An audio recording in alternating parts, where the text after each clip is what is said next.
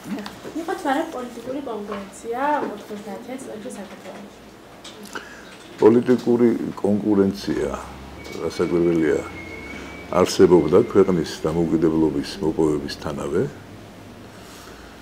და შესაბამისად ფორმები ყოველთვის ესადაგება იმ რეალობას, რომელშიც ქვეყანა იმყოფება. ჩვენ არ გქონდა გამოცდილება რაიმე დემოკრატიული პოლიტიკური პროცესების მიმართ ჰქონოდა ადეკვატური დამოკიდებულება. საბჭოთა პერიოდი იყო სრული სიყალბის შემცველი სწორედ პოლიტიკურ ცხოვრებაში, ამიტომ არჩევნებში მოიხსენებათ მონაწილეობდა ყოველთვის 99.9% და ერთი და იმავე კანდიდატს ხმას აძლევდა მათი 99.9%. ასე შევედით ჩვენ დამოუკიდებლობაში.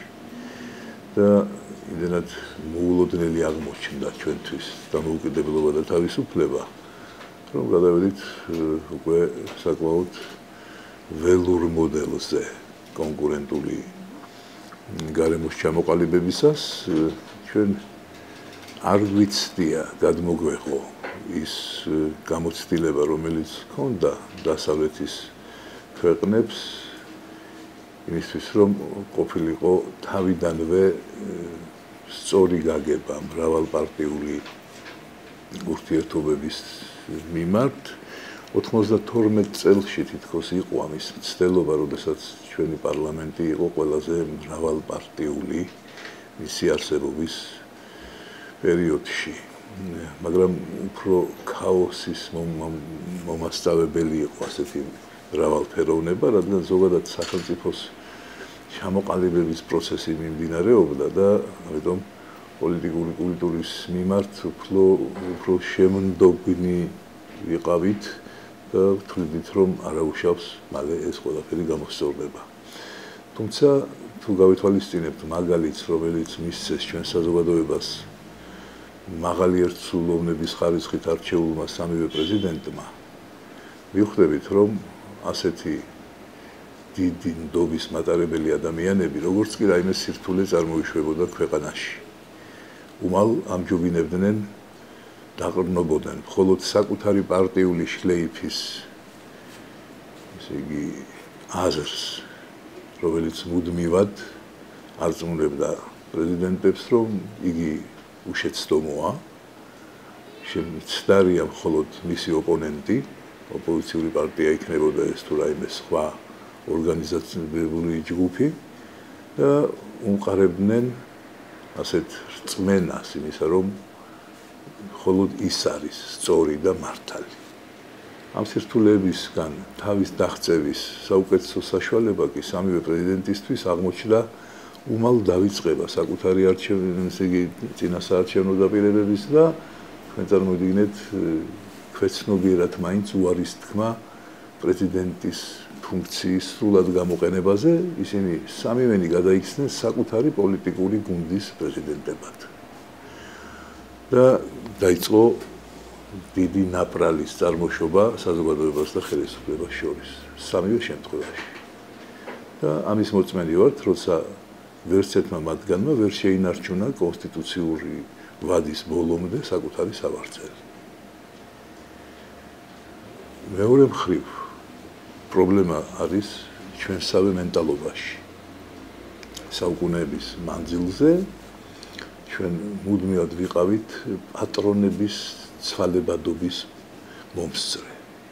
ზოგი გვიპყრობდა, ზოგთან მეგობრულ საფუძველზე ვერთიანდებოდეთ თითქოს და იმას მიერაც დაპყრობილად გამოვიყურებოდით. დღემდე ყველაზე განმაკიქებელი მიმართვა ვინმეს მიმართ ან მოხსენიება მისი არის ეგ უპატრონო, შეუპატრონო. აი ამ პატრონის ფეტიშიზაცია წარმოშობს გაფეტიშებას უპირველეს ყოვლისა ამა თუ იმ პოლიტიკური ლიდერისა, რომელსაც აქვს საშუალება რეალური, რომ გახდეს ქვეყნის მმართველი.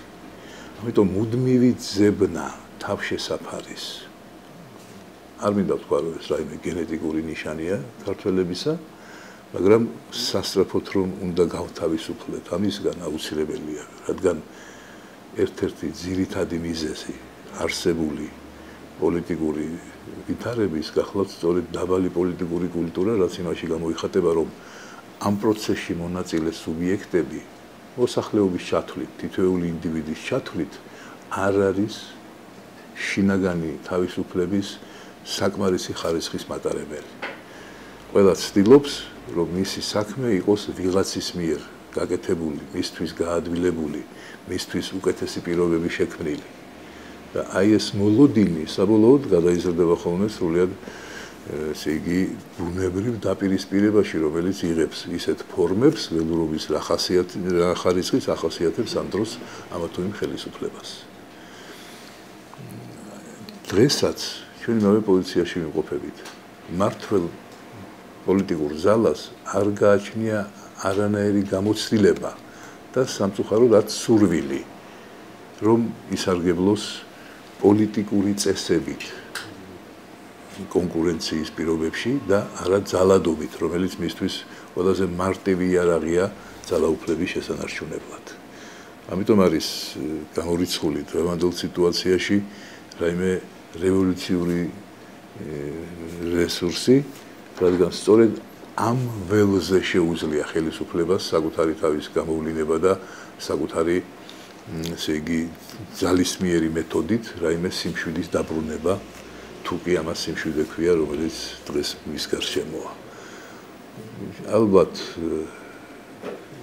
უპირველეს ყოვლისა თითოეულმა მოქალაქემ საკუთარ თავში უნდა ჩაიხედოს და დაფიქრდეს რა უშლის ხელს, რომ ის იყოს რეალურად დამოუკიდებელი. ის რომ ჩვენთან გაჭირვება, ის რომ ჩვენთან გაუსაძლისი ვითარება მატერიალური თვითკმარობის კუთხით რასაკვირველია ამაში სერიოზული წვლილია დამოუკიდებლობის მოპოვების შემდეგ არსებული პრაქტიკულად ყველა ხელისუფლებისა, რადგან არავის რეალური ნაბიჯი ქვეყანაში საშუალო კლასის ჩამოყალიბებისთვის არ უზრუნია. საშუალო კლასის გარეშე არ არსებობს დემოკრატია. დემოკრატიის გარეშე იმას პოლიტიკას ვერ დავარქმევთ, რაც ჩვენს ირგვლივ მტრიალებს. ეს არის ძალადობა, ძალაუფლების მოსაპოვებლად ან შესანარჩუნებლად. და ისე ვამბობ, რომ მარტივია სურვილი, რომ არ გაჩნდეს საშუალო კლასი, თვითკმარი მოქალაქე ქვეყანაში, მით უმეტეს მდიდარი ქართველი, ასეთი ხელისუფლებების უპირველესი მტერია, რადგან ის შეიძლება იყოს დამოუკიდებელი, რადგან შეიძლება მან საკუთარი შვილი პატრიოტთა ბანაკის ნაცვლად გამოზარდოს ოჯახურ გარემოში, საკუთარ აგარაკზე, ნორმალურად შერჩეულ წრეში და არ გახადოს თავიდანვე ძევალი იმ პოლიტიკური სისტემისა, რომელშიც მას უწევს ცხოვრება. რა ქმნის პოლიტიკურ კონკურენციას? პოლიტიკურ კონკურენციას ქმნის კანონმორჩილება. იმ კანონებისა, რომელიც დაფუძნებულია მხოლოდ დემოკრატიულ პრინციპებზე. ეხლა, რაც აი ამ ბოლო ხანებში ჩნდება კანონები ჩვენს ირგვლივ, მით უმეტეს საარჩევნო სისტემასთან მიმართებაში, ძალიან ძნელია რომ მოსთხოვო ადამიანს მისი შესრულება, რადგან თავად კანონები უკვე გახდა აბსოლუტურად ამორალური. მიმართული მხოლოდ ერთი მიზნისკენ, რომ შენარჩუნებულ იქნას ძალაუფლება. როცა არსებობს დემოკრატიული კანონმდებლობა და არის ქვეყანაში მისი აღსრულების და მის მიმართ მორჩილების კულტურა, მაშინ თავისთავად იქმნება ეს პოლიტიკური კულტურაც, რადგან დაბრუნდება ქართულ მეტყველებაში სიტყვა უხერხულია. სიტყვა, იგი მე ამას ვერ შევძლებ. ეხლა ხომ ყველაფერი შეუძლია, უხერხული არაფერი არ არის და არის მინდა და უპირველესი სათავე. არა თუ მხოლოდ პოლიტიკური ჯანსაღი კონკურენციის, არამედ მთლიანად საზოგადოების ფსიქიკური ნორმალური ვითარების შესანარჩუნებლად მეგულება სრულიად მკაფიო თეზა. რა არის სხვადასხვა მიმართულებით წარმოებული პოლიტიკის, გულისხმობ, სხვადასხვა დარგის მიმართ გატარებული პოლიტიკა, რა არის აი ამ პოლიტიკის უპირველესი ფასეულობა. ჩვენ გვპირდებოდა რომ ეს იქნებოდა ადამიანი. ეხლა ვწმუნდებით რომ უკაცრავად ადამიანი არ ყოფილა, ეს ყოფილა ფული. აი როცა საზოგადოებამ მკაფიოდ გააცნობიერებს რას თავაზობს მას ხელისუფლება, არა სიტყვით, არამედ საქმით. რა არის მისი მთავარი ღირებულება? ადამიანი თუ ფული, აი იმის მიხედვით უნდა შეიმუშაოს დამოკიდებულება ასეთი ხელისუფლების მიმართ და არა იმ გადაცემების საფუძველზე, რომელსაც თავად ხელისუფლება ასე თავს ახლავს თელ საქართველოს ტელემაყურებლებს. გარდა კანონმდებლობისა, ისეთ უნდა გავთავისუფლდეთ, რომ ჩვენი აზრის გამოთქმის სურვილი და საშუალება გქონდეს. წინააღმდეგ შემთხვევაში ასე გათითო კაცება მოსახლეობის ძალიან მარტივია. დაშინება მათი სათითაოდ უფრო მარტივია. ამდენი ადამიანის ციხეში შეყრა სწორედ იმიტომ გახდა შესაძლებელი, რომ დუმილი არის ყველაზე კომფორტული ფორმა, დაბეჭავებული, დაგლახაკებული და ვიტყოდი აზროვნებაზე უარის მთქმელი მოსახლეობისთვის. ეს არის ჩემთვის უფრო შემაშფოთებელი, თორე პოლიტიკური კულტურა მხოლოდ კანონით რასაკვირველი არ იქნება. სხვათა შორის იდეალური იყო სტალინის კონსტიტუციის ნაწილი ადამიანის უფლებების დაცვასთან დაკავშირებით. რა ხდებოდა იმ დროს ქვეყანაში, ალბათ გაგიგიათ. ამიტომ კანონის უზენაესობა შეიძლება არსებობდეს მხოლოდ მაშინ, როცა მისი დაცვა არის სავალდებულო უპირველეს ყოვლისა კანონმდებელთათვის. და როცა ქვეყნის ბიუჯეტი კერძო ჯიბეთ იქცა, როცა კონსტიტუცია პირად უბის წიგნაკად იქცა, აქ პოლიტიკურ კულტურაზე საუბარი ზედმეტია. თქვათ რომ არ გვაქვს. ჩვენ აქამდე ველოდებით რომ გვაქვს დაბალი პოლიტიკური კულტურა.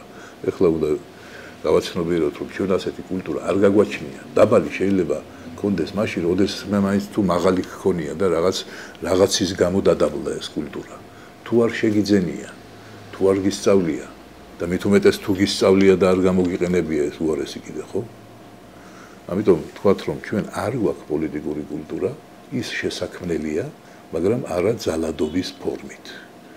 დემოკრატიული ინსტიტუტების გამყარებას უნდა არა შენობის ფასადის რემონტი, არამედ შიგ მიმდინარე პროცესების განთავისუფლება სახელისუფლება მარწუხებისგან. დღეს როცა ეკონომიკაც კი პოლიტიკის მძევალია, როცა ბიზნესი არის პრაქტიკულად მძევალი პროკურატურის, ისევე როგორც სასამართლო. ასეთ ვითარებაში ძალიან ძნელია ვილაპარაკოთ, რომ აი პოლიტიკური კულტურა იზრდება და უბრალოდ 2-3 ცუდი ადამიანის გამოა დანარჩენი უბედურება ქვეყანაში. ეს უერთმანეთოდ არ არსებობს. ზოგადი კულტურის ნაწილია პოლიტიკური კულტურა. ეხლა რას ნუ დამდებთ, რომ მე ვიწუნებდე ქართველ კომპოზიტორებს ან მხატვრებს, ასე პირდაპირ ნიშნით ნუ გავიგებთ ტერმინ კულტურას, ვილაპარაკობ ცხოვრების კულტურაზე და არა შემოქმედებით მხარეზე კულტურის ცნების. აი ცხოვრების კულტურა არ გაგვაჩნია. ძალიან დაბალია ეს სტანდარტები. მე არ ვამბობ, რომ ყველაზე დაბალია, ღმერთმა დაგვიმალოს. მე არ მიმაჩნია, რომ ჩვენი სტანდარტები დემოკრატიისა და პოლიტიკური კულტურის ყველაზე დაბალია, თუნდაც პოსტსაბჭოთა სივრცეში არა, მეგულება საკმაო რაოდენობის ქვეყნები, სადაც ჩვენზე უარესია კიდევ მდგომარეობა, მაგრამ მხოლოდ პოსტსაბჭოთა პერიოდს ნუ დავაბრალებთ. ჩვენ ვერ მოვითხოვეთ საკუთარი თავისთვის და შესაბამისად არც დასავლეთმა არ ჩათვალა თავი ვალდებულად, რომ აქ გვეზრუნა ჩვენ დასავლურ პოლიტიკურ კულტურაზე, დასავლური სტანდარტების მქონე დემოკრატიაზე. გვადარებენ ჩვენი უცხოელი მეგობრები და პარტნიორები პოსტსაბჭოთა სივრცეს და არა საკუთარ თავს და გვიქებენ სტანდარტს დემოკრატიის. უკაცრავად, როცა მათთან საუბრობ, არავის არ აწყობს ის ვითარება, რაც ჩვენთან არის ქვეყანაში. მაგრამ რადგან ჯობივართ რუსეთს, სომხეთს და აზერბაიჯანს, თავი უნდა თურმე ბედნიერად ვიგრძნოთ. არ გვინდა ბატონო შედარება ჩვენზე უარესთან, მაშინ როცა დედამიწის ნახევარზე მაინც უკეთესი ვითარებაა ვიდრე ჩვენთან. პოლიტიკური კულტურების ბრალია, რომ ხალხი ასწრებს ხელისუფლებას იმ საშუალებას, რომ ძალას გადაამტკიცა, არ შექმნას პოლიტიკური კონკურენცია. პოლიტიკური უკულტურობა არის შედეგი და არა მიზეზი. იმ პოლიტიკისა, რომელიც ქვეყანაში ტარდება.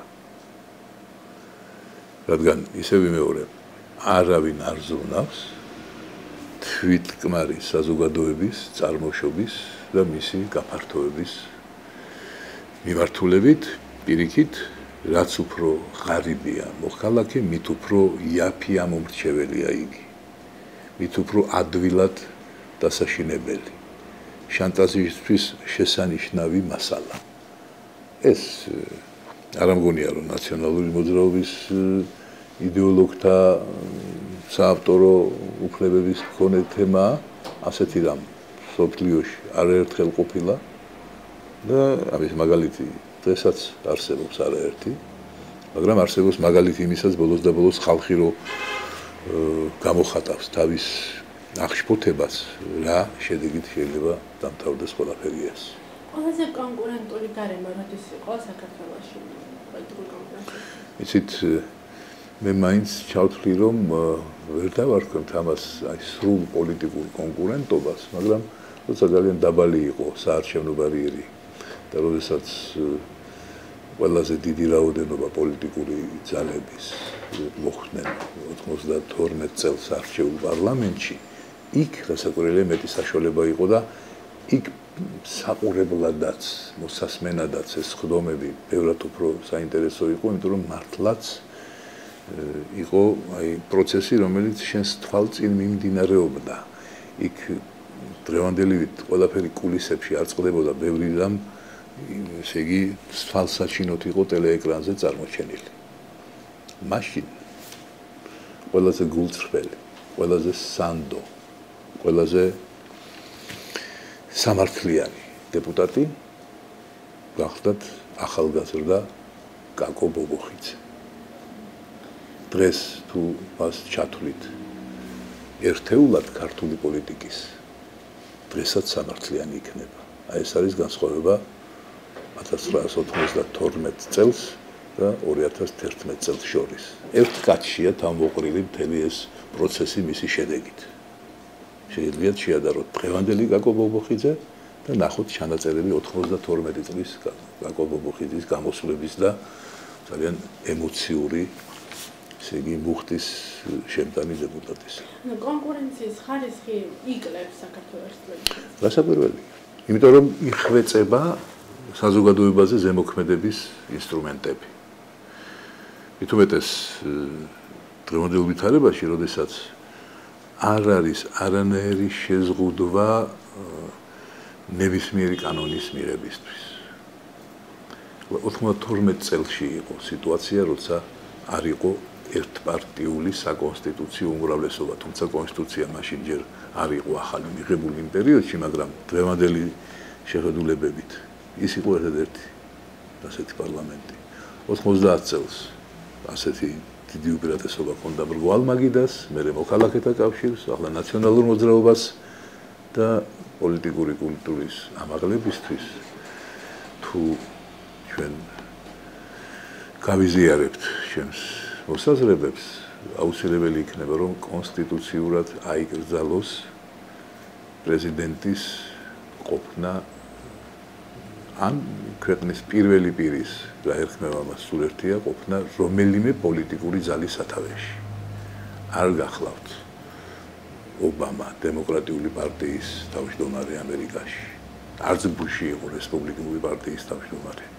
როცა იწყება პარტიისა და ხელისუფლების არევა ერთმანეთში, ეს გახლავთ სუფთა ბოლშევიკური მოდელი, რომელიც ასე წარმატებით აქვთ მორგებული ნაციონალური მოძრაობის ლიდერებს. ეს გავლენას ახდენს კონკურენციას. რასაკვირველია. პარტიულობა თავდება იქ, სადაც იწყება პარლამენტარიზმი. იმ პარტიამ კი ბატონო იმუშავოს, იაქტიუროს, ემზადოს შემდეგი არჩევნებისთვის, მაგრამ პროცესებზე საკანონმდებლო კუთხით ისეთი ზეწოლა, როცა ნებისმიერი კანონი შეიძლება დილას შევიდეს პარლამენტში და საღამოს გამოვიდეს, ყოველგვარი ჟაბაასისა და სერიოზული განხილვის გარეშე, მიგონიშნებს იმაზე, რომ უკვე აბსოლუტურად ფალსიფიცირებულია ეს პოლიტიკური პროცესი. და მაშინ, როცა ქვეყანაში 63 კაცი იღებს გადაწყვეტილებას ისეთ თბილან საკითხებზე, რომ გაგიკვირდებათ, მაშინ რასაკვირველია, ძნელია საუბარი ზოგადად პოლიტიკურ კულტურაზე, რაიმე ტიპის პოლიტიკურ კონკურენციაზე, მოუნდათ სტუდენტებს რაღაც განსხვავებული აზრის გამოთქმა. ზოგი სახელმწიფო უნივერსიტეტთან ცემეს, ზოგი ტექნიკური უნივერსიტეტის მიმდებარე ტერიტორიიდან გაიტაცეს, ამას არ აკეთებენ სტუდენტები. ეს არის პოლიტიკის ნაწილი. და ყველაზე უფრო მეტად, ვისიც ეშინია ხელისუფლებას დღეს ჩვენთან, გახლავთ პერსპექტივა პოლიტიკური კონკურენციის. ამიტომ ისინი დღესაც ამისმოვნებენ მხოლოდ ძალადობის უნარს და არა რაიმე პოლიტიკური დისკუსიისა. რატომ ეშინიათ კონკურენციის? როგორც ჩანს, თანამდებობების დაკარგვა მათთვის ტოლფასია პირადი და მთელი ოჯახის ტრაგედიასთან. ამის მიზეზებს ვერ გეტყვით, თვითონ უკეთიცია ვის რა აქვს ცხოვრებაში დაშავებული. დღეს გადასახელისუფლებაც არის რომელიმე ძალა კონკურენტული, არის კონკურენცია საერთოდ. კონკურენცია მეგონი არის, რომელსაც ღიად ვხედავთ, ვინ მოხვდება საქართველოს კალათბურთელთა ნაკრების პირველ ხუთეულში. აი იქ ბატონი კოკოშკოვი, წვრთნელი. ამას მხოლოდ კონკურენციის საფუძველზე აკეთებს და არა იმიტომ, რომ რომელიღაცა ნაციონალური მოძრაობის აქტივისტის ნათესავია. ასეთი კალათბურთელთა პირველ ხუთეულში არავინ არის, ხომ? ეს ხუთეული იცვლება. ზოგიერთ ხან ერთი ჯობია, ხან მეორე. ვინც საუკეთესოა, ის არის წარმოჩენილი. ჩვენთან ხო ასე არ არის. თუ რაღაცა თანამდებობას მოიპოვებ, იქ ჯერ უნდა დაიწყო ფიქრი გამდიდრებაზე, მე ოჯახის და ახლობლების დასაქმებაზე და თუ მოასწარი ხომ კარგი. თუ არა და რომელიმე გამოსვლისას სადმე ტბასთან ან ზღვასთან გააკეთებს განცხადებას ქვეყნის პრეზიდენტი და თურმე მოხსნილი ხარ. ამიტომ როცა თავად ხელისუფლების წარმომადგენლებს არ აქვთ საშუალება იმუშავონ სანდო გარემოში, თვითონაც ძევლებად გრძნობენ თავს და სამწუხაროდ ამავე დღეშია სახელმწიფო მოხელეთა საკმაოდ დიდი ნაწილი. ახალგაზრდობა, ნევროტიზირებული, გადატვირთული, დამუნჯებული. ეს არ გახლავთ მხოლოდ პოლიტიკური კულტურობა, ეს არის ზოგადად კულტურის სიმწირე და ადამიანის კულტურული ღირებულებების პატივისცემის დათრგუნვა იმ ხერხებით, რასაც დღეს იყენებს ხელისუფლება როგორც დამქირავებელი. და როდესაც ლაპარაკობს პოლიტიკური ძალა მართველი ქვეყანაში პროცესების ლიბერალიზაციაზე და ლიბერალიზმს ეთაყვანება თითქოს, სინამდვილეში ქმნის ლიბერალურ ფეოდალურ წყობილებას საქართველოში და თავისთვის ლიბერალიზმი უნდა მოსახლეობისთვის ფეოდალიზმზე მეტი არ ეგუება არაფერი საინტერესო და ყველაფერი ამას არ ერიდება და აქცევს დოკუმენტში, რომელსაც ქვია შრომის კოდექსი.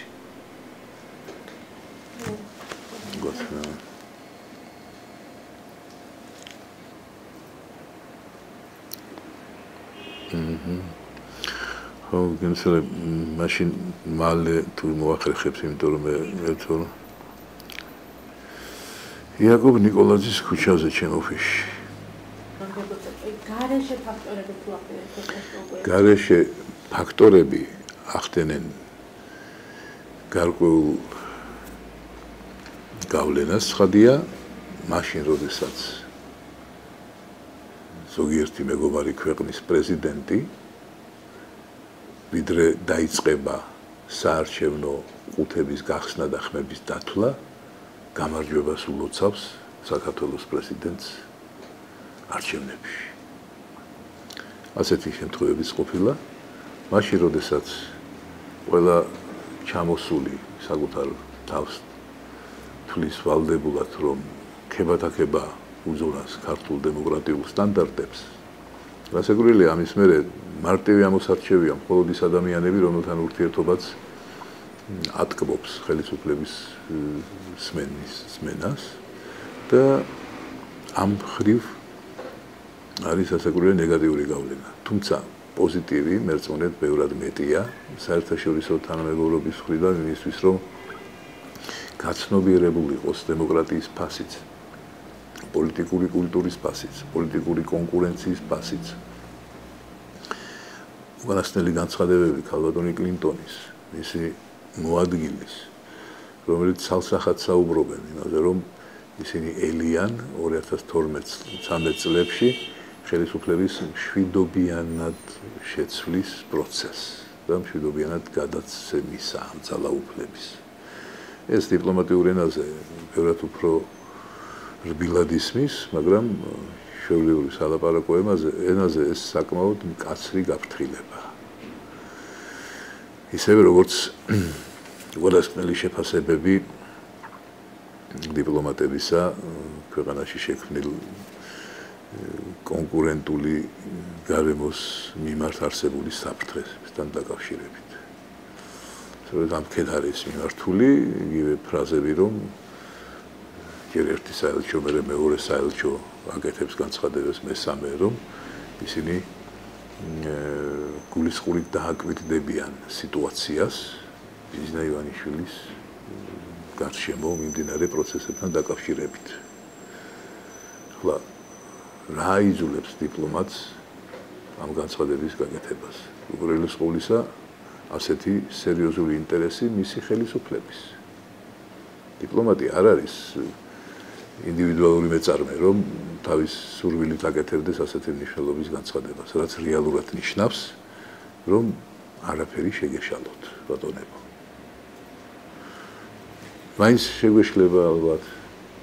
ნახოთ, ანუ გეთანხმებით, რომ საგარეო ფაქტორები ფლობენ გარკვეულ ბერკეტებზე მოქმედების, მაგრამ ის შეიძლება იყოს როგორც დადებითი, ასევე უარყოფითი. როგორ განვითარდება კონკურენცია? კიდევ უფრო დაიკლებს, მოიმატებს? ახლა კონკურენციის პერსპექტივა ამ ერთი თვის წინ რეალურად არ ჩანდა ქვეყანაში. რადგან ხელისუფლება მოახერხა ის, რაც უნდოდა და აბსოლუტური გვალვა ესე იგი შეძლო დაემყარებინა ოპოზიციურ პოლიტიკურ ველში. როცა ოქტომბრის პირველ დეკადაში წამოვიდა წვიმა, ასე ვთქვათ, ამ ველზე და როცა გაჩნდა საფრთხე, რომ გვალვის მიუხედავად ამ ნაწვიმარზე აღმოცენდეს ნაყოფი, რომელმაც შესაძლებელია იხაროს, თქვენ ასე გულისხმობთ და ალბათ სხვაც. საკუთარ თავს არ გულისხმობთ ნამდვილად. ცხადია, რომ ესე იგი სხვა ასეთი იმედის მომცემი პერსპექტივა ჯერ არ ჩანს, რადგან ასეთი რომ ყოფილიყო ვინმე, ის საკუთარ თავს როგორც ნაყოფს ოპოზიციური საქმიანობისა წარმოაჩენდა ბევრად უფრო ადრე. ამიტომ ეს კონკურენცია ვერ მოთავსდება ცივილიზებულ ფორმებში, არა აქვს ამის ისე ვიმეორებ არც გამოცდილება და არც სურვილი ჩვენ ხელისუფლებას. ის იძულებული იქნება დარჩეს იმ ესე იგი სივრცეში, რომელიც მისთვის ბუნებრივია. აი მოხდება თუ არა ამ სივრცის გამოხშირვა. ეს დამოკიდებულია არა მხოლოდ ქართულ საზოგადოებაზე. ანუ მოიმატებთ რა კონკურენცია ეს მნიშვნელოვნად? ეხლა იცით რას ნიშნავს კონკურენციის მომატება? პერსპექტივა. ერთია რეალობა მეორე. პერსპექტივა უკვე გამოჩნდა მატების კონკურენციის, მაგრამ რეალობა დაშვებული თუ იქნება თუ არა ზოგადად კონკურენცია, როგორც ფორმა პოლიტიკური თანაარსებობისა, ეს დამოკიდებულია ჯერჯერობით ისევ სამ კაცზე.